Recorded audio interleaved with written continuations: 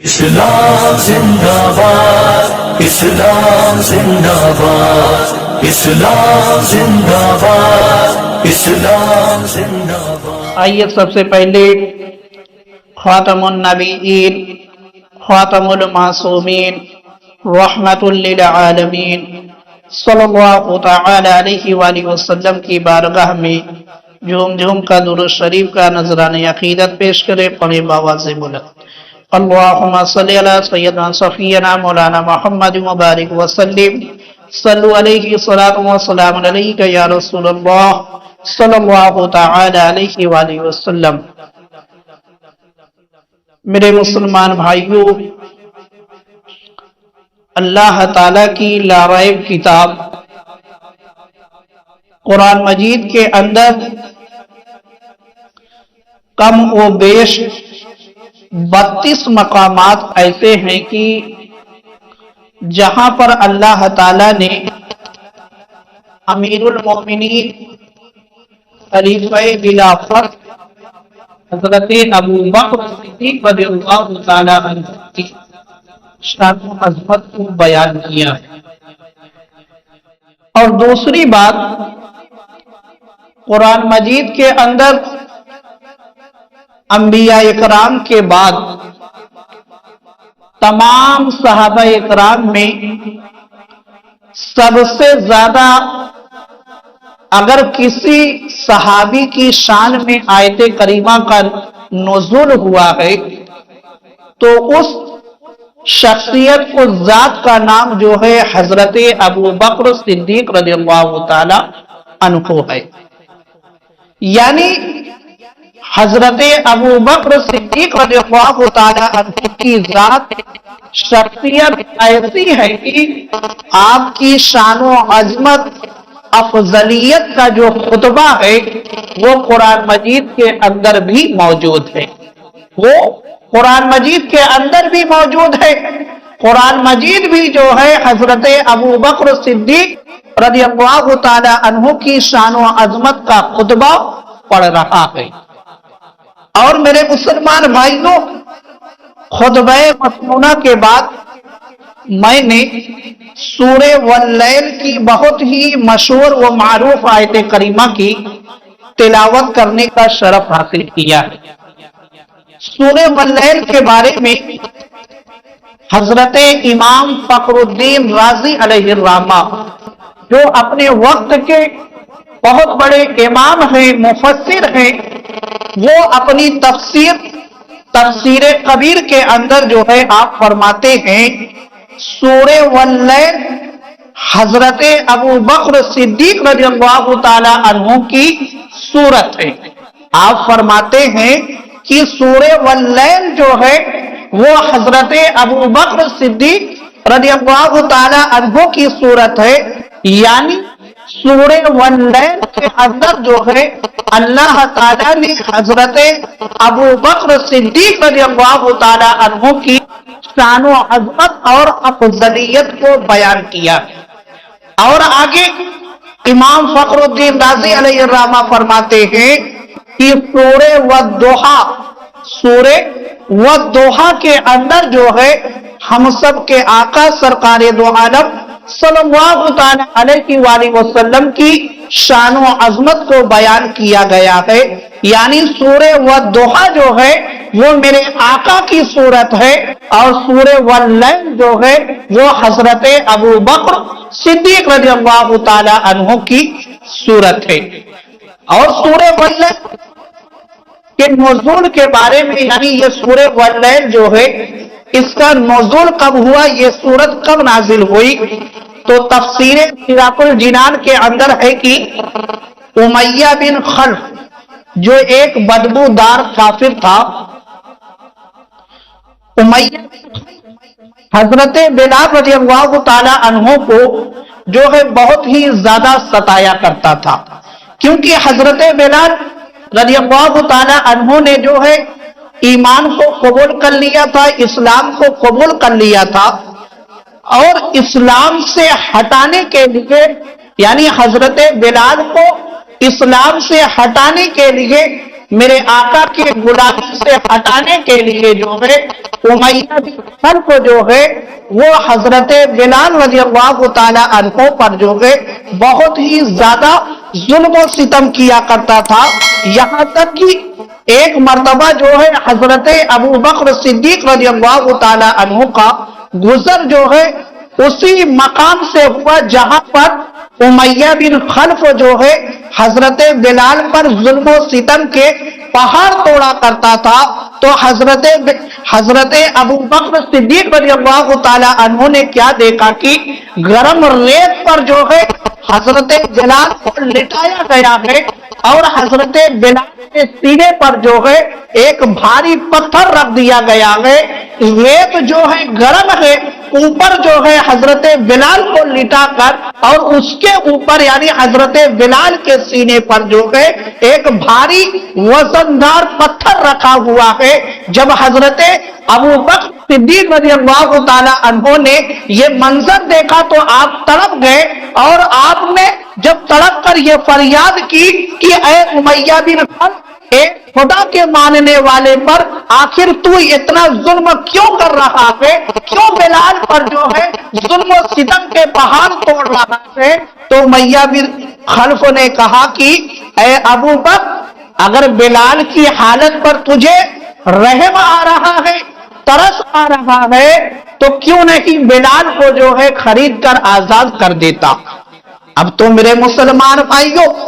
حضرت ابو بکر کو یہ آفر مل گیا، موقع مل گیا، آپ اس نیک کام میں کیسے پیچھے رہتے؟ آپ نے حضرت ابو بکر صدیق رضی اللہ تعالی عنہ نے حضرت بلال کو جو ہے ایک بھاری قیمت پر جو ہے خرید کر آزاد کر دیا۔ حضرت ابو بکر صدیق نے حضرت بلال کو بھاری قیمت پر بہت ہی زیادہ مہنگے دام میں جو ہے حضرت ابو بکر نے حضرت بلال کو خریدا اور خریدنے کے بعد جو ہے آزاد کر دیا۔ جب حضرت ابو بکر صدیق نے جو ہے حضرت بلال کو آزاد کیا تو میرے مولا نے جو ہے حضرت ابو بکر صدیق کی شان میں جو ہے سورہ واللیل کو نازل کر دیا، سورہ واللیل کو نازل کر دیا، اور سورہ واللیل کے اندر جو ہے میرے مولا نے اللہ تعالیٰ نے حضرت ابو بکر صدیق رضی اللہ تعالی عنہ کی شان و عظمت کو، افضلیت کو واضح کر کے بتایا کہ ابو بکر کی ذات، ابو بکر کی شخصیت جو ہے کس مقام کی حامل ہے، کس مقام کی حامل ہے۔ سورہ واللیل کے اندر جو ہے اللہ تعالیٰ نے حضرت ابو بکر صدیق رضی اللہ تعالی عنہ کی شان و عظمت کو بیان کرتے ہوئے فرمایا وَسَيُجَنَّبُهَا الَّذِي يُؤْتِي مَالَهُ يَتَزَكَّىٰ، یعنی اور عنقریب سب سے بڑے پرہیزگار، اللہ تعالیٰ نے فرمایا اور عنقریب سب سے بڑے پرہیزگار کو اس آگ سے دور رکھا جائے گا۔ کس آگ سے؟ جہنم کی آگ سے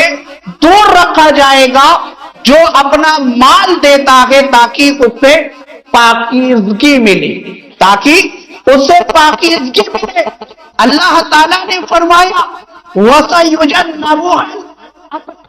يُؤْتِي مَالَهُ يَتَزَكَّىٰ، اور اس آیت کریمہ کے اندر اللہ تعالیٰ نے ایسا خطبہ صدیق اکبر کا پڑھا، ایسا خطبہ پڑھا، ایسی شان و عظمت بیان کی کہ میرے مسلمان بھائیوں کہ جس کی مثال ہی نہیں ملتی۔ تفسیر بغوی کے اندر ہے کہ تمام مفسرین کا اجماع ہے کہ اس آیت کریمہ میں اتقا یعنی سب سے بڑے پرہیزگار سے مراد جو ہے حضرت ابو بکر صدیق رضی اللہ تعالی عنہ ہے، یعنی جو اللہ تعالیٰ نے یہ فرمایا وَسَيُجَنَّبُهَا الْأَتْقَىٰ، یہ جو لفظ اتقا ہے اس سے مراد اگر کوئی ذات ہے تو تمام مفسرین یہی فرماتے ہیں کہ اس سے مراد جو ہے حضرت ابو بکر صدیق رضی اللہ تعالی عنہ ہے۔ اور میرے مسلمان بھائیوں،